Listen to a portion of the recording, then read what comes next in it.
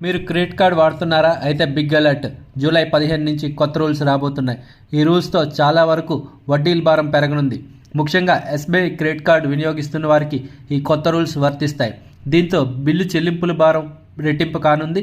అలాగే మరికొన్ని ప్రయోజనాల్లో కోత కూడా పడనుంది. చాలామంది కార్డు వినియోగదారులు లేట్ పేమెంట్ తప్పించుకునేందుకు బిల్లులో కొంత మొత్తాన్ని చెల్లిస్తుంటారు. అదే మినిమం డ్యూ అమౌంట్.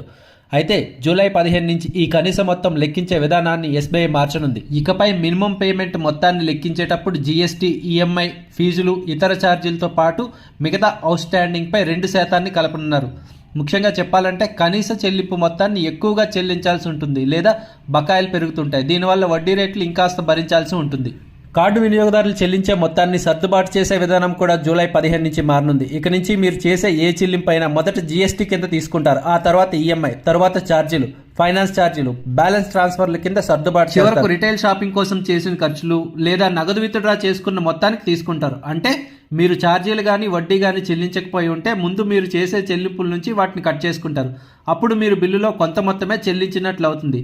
పైగా అదనంగా వడ్డీ భారం పడుతుంది. ఇక ఎస్బీఐ క్రెడిట్ కార్డులో మరో పెద్ద మార్పు రానుంది. ఆగస్టు 11 నుంచి ఎంపిక చేసిన క్రెడిట్ కార్డులపై కాంప్లిమెంటరీ ఎయిర్ యాక్సిడెంట్ ఇన్సూరెన్స్ను ఎత్తివేయనున్నారు. ప్రస్తుతం కొన్ని కార్డులపై ఈ బీమా 50 లక్షల నుంచి ₹1,00,00,000 వరకు ఉండగా ఈ సదుపాయాన్ని కూడా ఎత్తిస్తున్నట్టు సమాచారం. ముఖ్యంగా క్రెడిట్ కార్డు తీసుకునేటప్పుడు వినియోగదారులు అన్ని నిబంధనలు జాగ్రత్తగా సరిచూసుకోవాలి. బ్యాంకులు ఇచ్చే అప్డేట్లను ఎప్పటికప్పుడు చెక్ చేసుకోవాలి. లేదంటే ఎక్కువ మొత్తం వడ్డీ భారం పడే ప్రమాదం ఉంటుంది. So be careful.